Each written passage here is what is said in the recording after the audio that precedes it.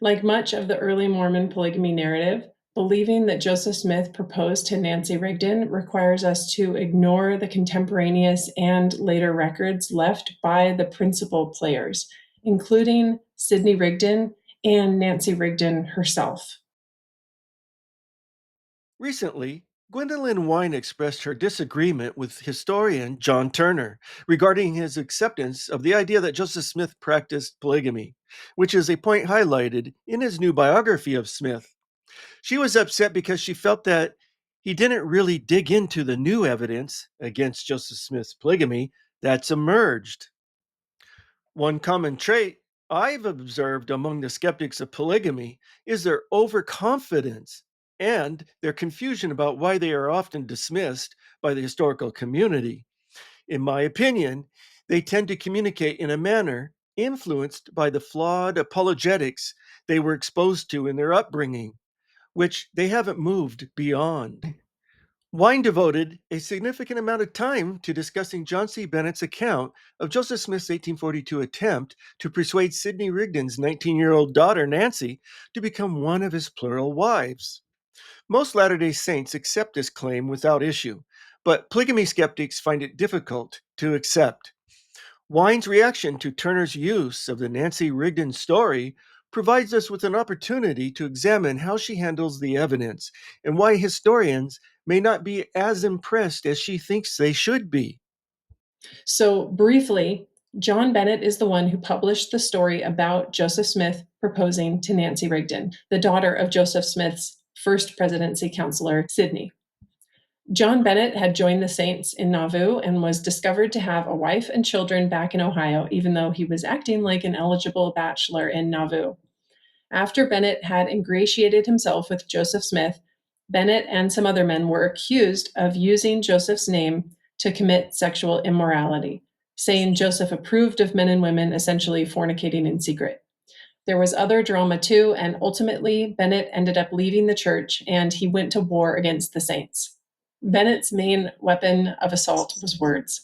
He and a few men accused of similar indiscretions told lots of stories, and soon rumors were flying, including one about Joseph Smith proposing to Nancy Rigdon. Wine begins by attempting to poison the well, that is, by discrediting Bennett, from whom much of the story about Joseph Smith's proposal to Nancy comes.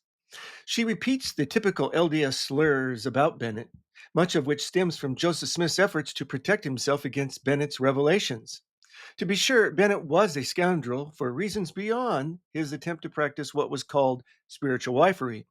However, in the opinion of many at his time, Joseph Smith was not far behind him. Bennett was essentially excommunicated for engaging in the same behavior as Joseph Smith. However, he lacked the caution that Smith had and ended up causing trouble for himself with church leadership. As a result, Joseph Smith had no choice but to cut him off in order to protect himself and the church. Bennett was understandably angry and sought revenge by exposing Joseph Smith and other secret polygamists.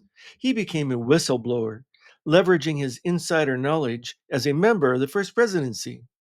Unfortunately, like many whistleblowers who are labeled disgruntled former employees, Joseph Smith responded by attacking Bennett's character through affidavits, some of which are highly questionable. Although Joseph Smith's followers found them largely convincing, these claims held little credibility with non Mormons. If Bennett were the only one making claims about Nancy Rigdon, we might be suspicious. However, besides personal observation, he obtained information from 22-year-old Francis Higbee, who was courting Nancy at the time, as well as George Robinson, Nancy's brother in law. Both men had become disillusioned with Mormonism based on learning about Joseph Smith's plural marriages. So, Joseph Smith's proposal to Nancy was not a rumor concocted by Bennett, as Wine implies. Joseph filed a criminal complaint against one of the accusers for slander. Wine passes over this quickly, but it's entirely irrelevant. She mentions Joseph Smith suing Chauncey Higbee for slander, but he never comes up in the claims about Nancy Rigdon. Rather, his brother Francis made statements about Nancy published by Bennett. Joseph Smith sued Chauncey for using his name to seduce women, which might have been true, but it's irrelevant to the issue at hand. Joseph's journal records multiple meetings with Sidney Rigdon during this time. Sidney's son in law got involved, and there seemed to be a lot of hurt feelings about various issues, money owed, things like that. Wyne misrepresents the meetings between Joseph Smith and Rigdon as a lot of hurt feelings about various issues, money owed, things like that. Whereas the journal entries, which begin shortly after the alleged proposal to Nancy in mid April, understandably give only a hint concerning certain difficulties or surmises. On the 13th of May, Joseph Smith spent most of the day with the Rigdons, during which Joseph Smith had a private interview with President Rigdon, with much apparent satisfaction to all parties concerning certain evil reports put in circulation by Francis M. Higbee about President Rigdon's family. We know from Bennett that Higbee was repeating the story Nancy was telling her family and those close to her about Joseph Smith's proposal of marriage. There was another meeting on Tuesday, the 28th of June, when things came to a head. Based on his conversations with those who were present, Bennett wrote a colorful account of it only a few days later. On Tuesday last, Joe came up to Mr. Rigdon's, accompanied by his high priest, George Miller, of sable notoriety, for a witness, and by boisterous words and violent gestures tried to deny the attempted seduction and alarm the girl, but she told him he was a cursed liar, and that he could not face her to it. Joe then made a full acknowledgment of the whole affair. All the family and many other persons were present. One of those who were present was George Robinson, who wrote an account of it a month later in a letter to New York newspaper reporter James Arlington Bennett. She told the tale in the presence of all the family, and to Smith's face. I was present. Smith attempted to deny it at first, and face her down with the lie. But she told the facts with so much earnestness, and the fact of a letter being present, which he had caused to be written to her, on the same subject, the day after the attempt made on her virtue, breathing the same spirit, and which he had fondly hoped was destroyed, all came with such force that he could not withstand the testimony. And he then and there acknowledged that every word of Miss Rigdon's testimony was true. Now for his excuse, which he made for such a base attempt, and for using the name of the Lord in vain, on that occasion. He wished to ascertain whether she was virtuous or not, and took that course to learn the facts. So Joseph Smith confessed, but his defense was, I was just testing Nancy. Right. Joseph Smith went home and had Willard Richards write the following account in his journal. President Joseph and Company with Bishop George Miller visited Elder Sidney Rigdon and his family and had much conversation about J.C. Bennett and others. Much unpleasant feeling was manifested by Elder Rigdon's family, who were confounded and put to silence by the truth from President Joseph. Well, Joseph Smith always confounds his enemies in his journal. You shouldn't expect anything less. So Joseph Smith's meetings with the Rigdons were about his proposal to Nancy and not about Money owed, things like that. That's not exactly true, is it? A couple months after John Bennett's departure, newspapers began publishing a series of letters from Bennett exposing the Mormons, and these letters were just a deluge of defamation and slander. Well, that's what Joseph Smith claimed anyway. But we can already see that Bennett wasn't just slandering people. He was bringing forward very credible charges against Joseph Smith. On the other hand, Joseph Smith and his apologists were quick to label the women who dared expose him as harlots and prostitutes. One slanderous statement was made about Nancy. Stephen Markham attempted to implicate Nancy and Bennett in illicit intercourse because he had seen Bennett sitting near Nancy, who was in bed, and claimed to have heard many vulgar, unbecoming, and indecent sayings and motions pass between them. Sidney Rigdon and his family were understandably upset. On the 3rd of September, Sidney notarized the following affidavit. Sidney Rigdon saith that he is personally acquainted with Stephen Markham of this city, and that said Markham is not to be believed, that his word for truth and veracity is not good, that he could not believe said Markham under oath, and that he did on a certain occasion testify under oath to that which deponent knows to be false, and he verily believes said Markham knew the same to be false while testifying, and further this deponent saith not. According to George Robinson, Mr. Rigdon has employed a lawyer, Calvin A. Warren, Esquire, to prosecute Markham on his affidavit. Nancy stands firm in the cause of virtue, and opposes Joe to the last. other acquaintances of Nancy came forward and testified to her virtue and good character. George Robinson also denounced Markham in a notarized affidavit dated the 3rd of September, 1842. Having been acquainted with Stephen Markham, of the city of Nauvoo, for many years, I can safely say that his character for truth and veracity is not good, and that I could not believe him under oath, and that I am personally knowing of his lying, and that his character in general is that of a loafer, disturber of the peace, liar, etc., and that he did come into the house of Sidney Rigdon, as stated in his affidavit, and that Dr. Bennett and Miss Rigdon were present, as well as myself, and that Miss Rigdon was then sick, and Dr. John C. Bennett was the attending physician, and I do further state that no such conversation or gestures as said Markham states took place or came under my observation, and I do further believe that said Markham did invent, concoct, and put in circulation said stories with a malicious design and intent to injure the character of Miss Rigdon, and more particularly for the use of the elders, who are going out preaching to rebut Dr. Bennett's statements.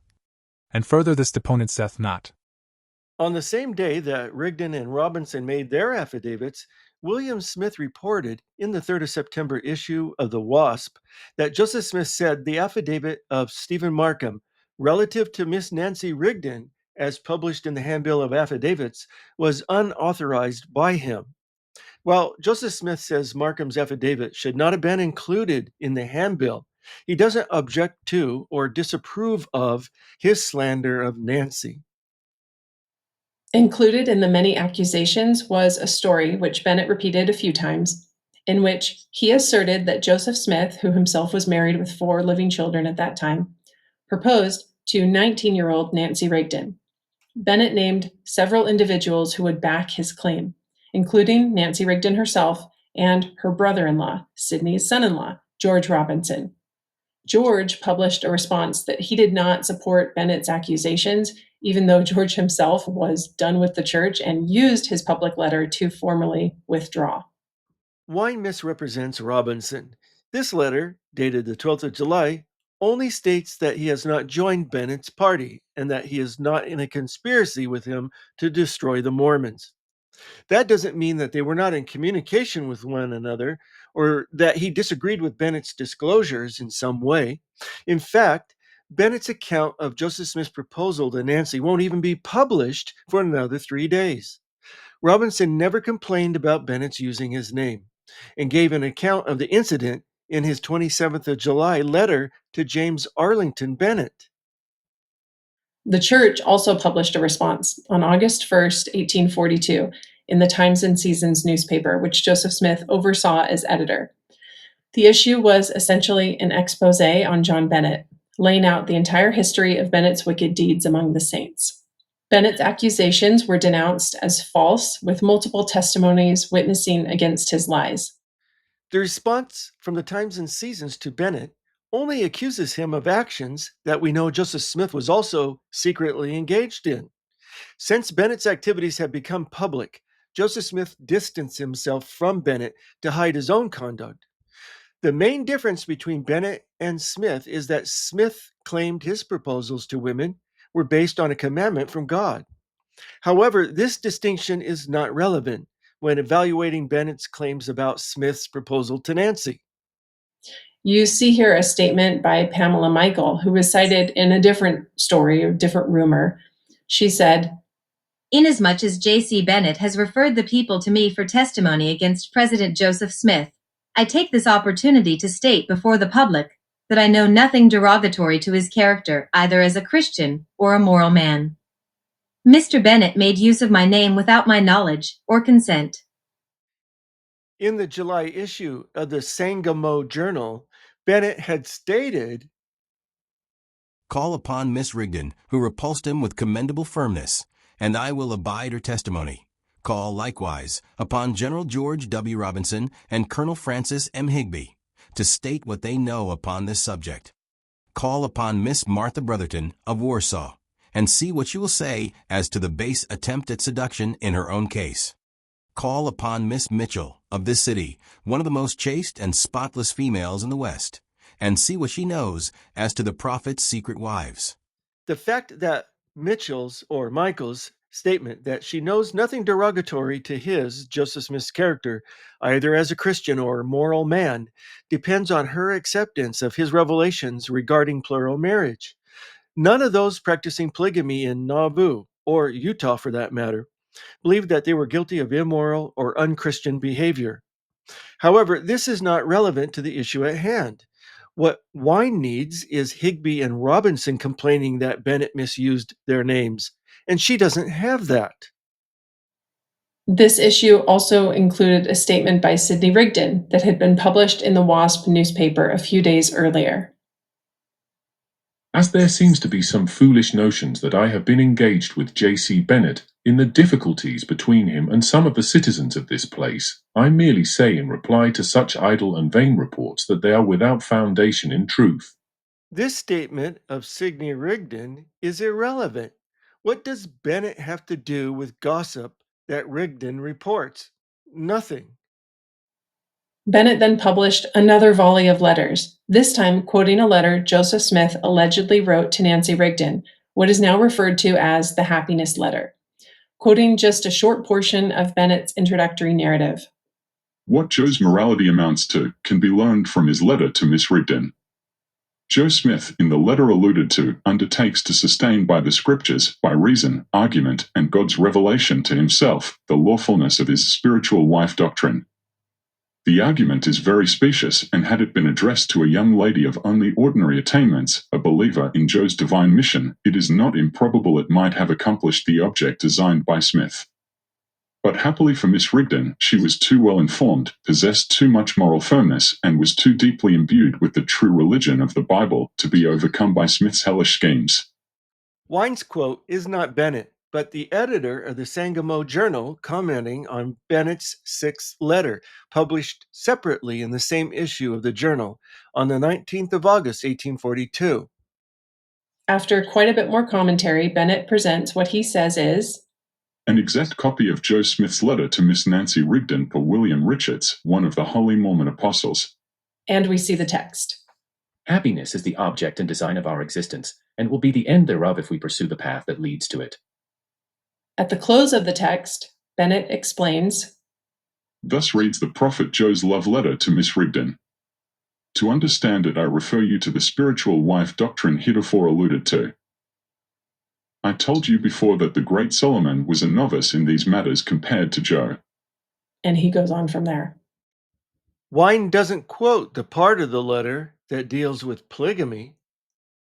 Happiness is the object and design of our existence, and will be the end thereof if we pursue the path that leads to it.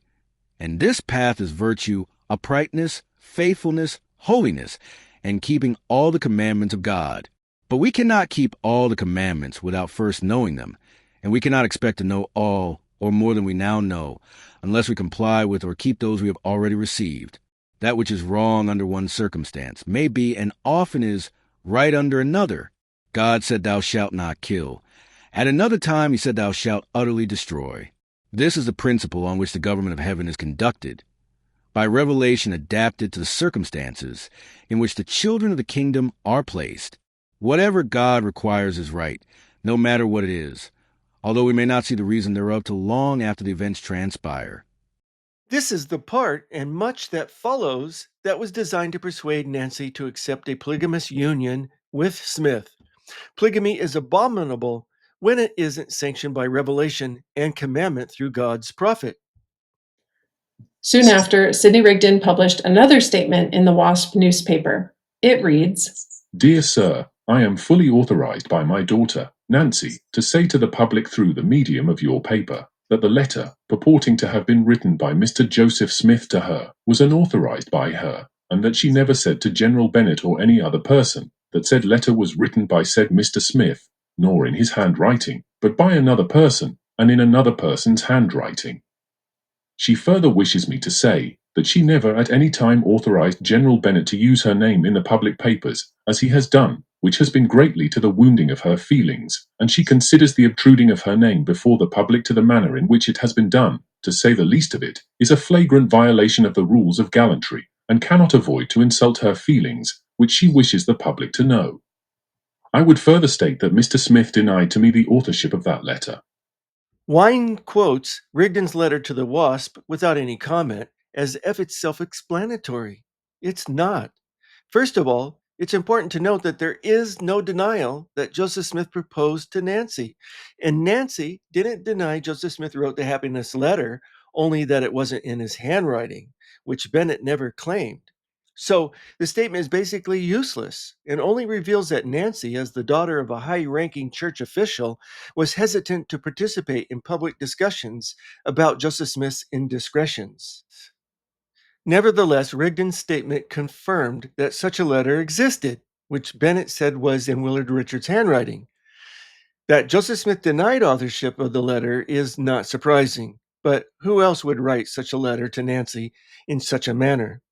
Rigdon distanced himself from the denial by reporting what Joseph Smith had told him. However, Smith had denied everything until Nancy confronted him with the truth. So Smith's denial of authorship should be treated the same as his initial denial of proposing to Nancy, which Rigdon failed to mention. The denial of authorship is therefore not credible. After Joseph's death, Sidney Rigdon was excommunicated by the 12 who had been elected to lead the church, and he permanently relocated to Pittsburgh, Pennsylvania, with other followers who opposed the 12 leadership. He was adamant that the 12 had been and were committing polygamy in secret, but did not believe the Smiths were involved. Here's one statement from October 1844. It is a fact so well known that the 12 and their adherents have endeavored to carry on this spiritual wife business in secret, that I hardly need mention it here, and have gone to the most shameful and desperate lengths to keep it from the public. However, a very thorough snow job was well underway, as I'll explain more in a few minutes, and by 1846, Rigdon had changed his conclusion, believing that Joseph and Hiram had indeed introduced polygamy. This system of polygamy was introduced by the Smiths some time before their death, and was the thing which put them into the power of their enemies, and was the immediate cause of their death. There is no contradiction between the two statements. In the first, he addressed the situation as it existed with the 12 in October 1844, but nowhere denied Joseph Smith's involvement in polygamy. In addition to what Wyne quoted, he stated, I could bring facts which can be established in my court of justice in relation to these vile abominations practiced under the garb of religion that would make humanity blush. I think we know at least one of the facts Rigdon could bring to court. The second quote from 2 years later bears repeating, and then some. They introduced a base system of polygamy. After this system was introduced, being in opposition to the laws of the land, they had to put the truth at defiance to conceal it, and in order to do it, perjury was often practiced. This system was introduced by the Smiths some time before their death, and was the thing which put them into the power of their enemies, and was the immediate cause of their death.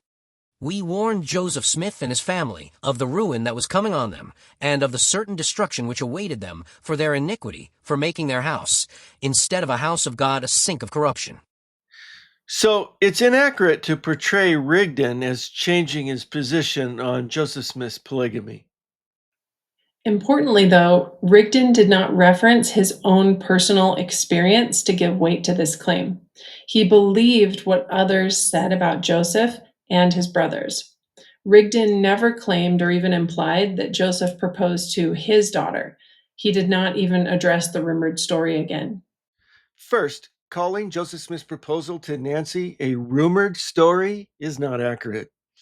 Bennett got his information from personal observation, George Robinson and Francis Higbee. Second, suggesting that Joseph Smith didn't propose to Nancy because Sidney never talked about it is an argument from silence. As I quoted, Rigdon said he knew facts about polygamy that he could present in court, but didn't give any examples. And so, because he didn't give any examples, the silence about the proposal to Nancy is not significant. He may have believed what others said about Joseph, like Nancy, but he also knew things for himself that led to his warning Joseph Smith of ruin and destruction if he did not repent. Apparently, Rigdon preferred working for reform behind the scenes rather than damaging Smith's character and the church, which is understandable for someone so invested in the institution. Later in her life, however, Nancy Rigdon did address this story. In 1884, a reverend in the Church of God debated an elder in the RLDS Church, quoting from the history of the Reorganized Church of Jesus Christ of Latter-day Saints. During this discussion and at other times, it had been asserted that Nancy Rigdon, daughter of Sidney Rigdon, had testified to some very damaging things against the character of Joseph Smith. This prompted elders William H. and E.L. Kelly to interview the lady.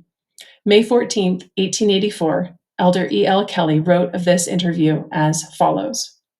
On being questioned with reference to her knowledge of sealing and polygamy, Nancy Rigdon said that she lived with her father in Kirtland till the year 1838, when they went to the state of Missouri. That she never heard tell of such a thing as sealing, or polygamy, in Kirtland. We called her attention to the fact that one William Smith, a Campbellite exhorter, stated to us in Kirtland that he thought, that she was sealed to Joseph Smith in Kirtland. She says, It is absolutely false. I never heard of such a thing while in Kirtland as sealing. This is completely true, but what does this have to do with Joseph Smith proposing to Nancy in Nauvoo? We asked, were you ever at any time or place sealed to Joseph Smith? I was never at any time. Again, this is true. She was never sealed to Joseph Smith because she made sure of that. We then asked her, when did you first hear of polygamy in Nauvoo? She said she never heard of it while they lived in Nauvoo. Did you know any person while you lived in Nauvoo who was married to more than one wife, or had more than one wife at the same time? I did not. That doesn't sound right. How could Nancy be unaware of polygamy? Regardless of its truth, she found herself at the center of a polygamy scandal. It was well known enough for Joseph and Hiram to deny it in public meetings. Even if she didn't know who the polygamists were, this answer should raise some concerns. When did you first hear of the so-called revelation on polygamy? I never heard of it until after we came to Pittsburgh, and some time after. I could not say just how long. Did you not hear talk that there was such a thing while you lived in Nauvoo? I never did. This could very well be true. The revelation wasn't widely known until it was revealed in the Nauvoo Expositor in early June 1844, which probably had a very limited circulation, and the Rigdons left Nauvoo about a week later. She then stated that she thought Joseph Smith was quite a different man in spirit and manner the last year or two, that she knew him from what he was in the other time she had known him, from 1831 to 1842. In her language she said, He seemed entirely different, but I never knew or even heard that he had more than one wife. This is an odd statement. Joseph Smith's proposal to her would have been jolting and no doubt changed the way she saw Joseph Smith during the last 2 years of his life. But she is quoted as saying she hadn't heard about polygamy or that he had other wives. You get the impression that something is being withheld. It is astonishing to me that historians ignore Nancy Rigdon's own words. I know why we Latter-day Saints ignore them, because it's from the RLDS history and we think we're right and they're wrong. But I'm astonished that historians ignore Nancy's consistent public statements. I don't know why you are astonished. There's nothing here to change the historical consensus. She didn't deny Joseph Smith proposed to her. She denied being sealed to him in Kirtland, which is true.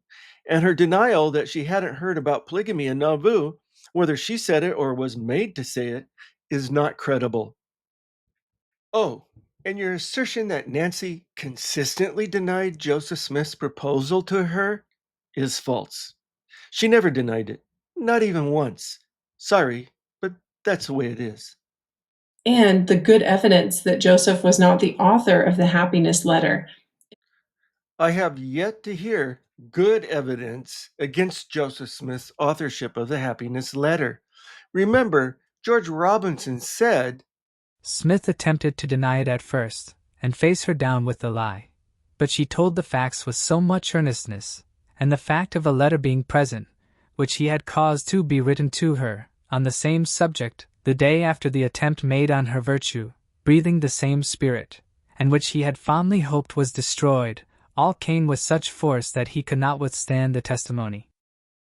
Bennett gave the following provenance for the letter. The original, of which the above is a literal copy, in the handwriting of Dr. Richards, is now in my possession.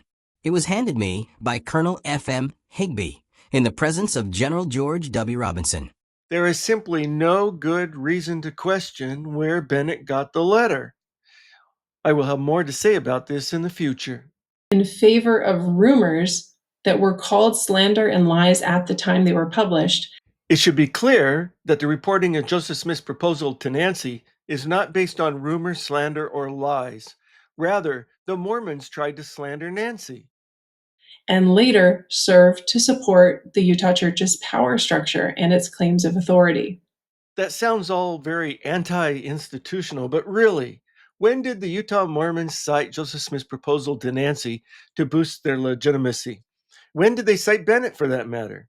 They published the happiness letter, but missed the opportunity to exploit it by saying nothing about its context. These sources claiming Joseph proposed to Nancy coalesced together over time for a purpose.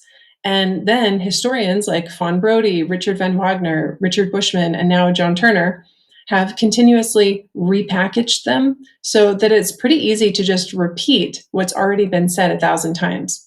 Never mind what Sidney, Joseph, and Nancy herself said. It's easy, but I don't think that sort of thing makes for reliable history. But how reliable is the history you are pushing here? I find it not to be complete or historically sophisticated. None of these people denied Joseph Smith proposed to Nancy. Joseph Smith left nothing on record specifically about the proposal. Sidney conveyed Joseph Smith's denial of having authored the letter, but nothing about the proposal. In the same statement, Sidney conveys his daughter's correction about the letter's handwriting, but nothing about denying the proposal. The proposal is also not mentioned in the 1884 interview with the RLDS leaders. The claim that she denied having heard about polygamy in Nauvoo is not credible. No way can this interview be used to overturn more reliable sources from 1842 stemming from Bennett, Robinson, and Higbee. Wyne quotes a 28th of May 2025 interview of John Turner, where he comments on polygamy denial generally. I think the evidence for Joseph's polygamous sealings is pretty overwhelming. It's true that a lot of that evidence is retrospective in the form of affidavits or court testimony from many decades later, but there are some persuasive pieces of evidence from the 1840s. The William Clayton Journal is a very exhaustive account of Joseph's plural marriages, his, Joseph's, own and his promotion of the marriages of others. There's the revelation on marriage itself. And while it's true that you can't necessarily trace the extant copies of those documents to 1843, the sum total of the evidence is simply overwhelming. And there's a lot of corroborating evidence in Joseph's own journals and the journals of his associates. I think it boggles the mind to presume Brigham Young introduced polygamy after Joseph's death, and then so many people conspired in such incredibly clever ways to corroborate Joseph's polygamy. There is a lot to unpack here, but let me start with saying that I respectfully disagree with Turner's conclusions about the evidence. And his answer makes me think that he didn't really dig into the new evidence that's emerged, because embedded within his answer is a straw man. Turner evidently doesn't know that many skeptics believe that some of the apostles and others secretly practiced polygamy in Nauvoo without Joseph Smith's approval. This so-called new evidence is really not so new and circulates mostly in podcasts. It's naive to think that historians should respect this kind of stuff. It's really not so good. I don't think Wyne is paying much attention to the pushback, though. She gives no hint that she is aware of responses to her polygamy skepticism in comparable podcasts and videos, such as mine, or Mark Tensmeyer's excellent article in Cheryl Bruno's book, Secret Covenants. Because if she did, she probably would have been more careful. I'm Dan Vogel.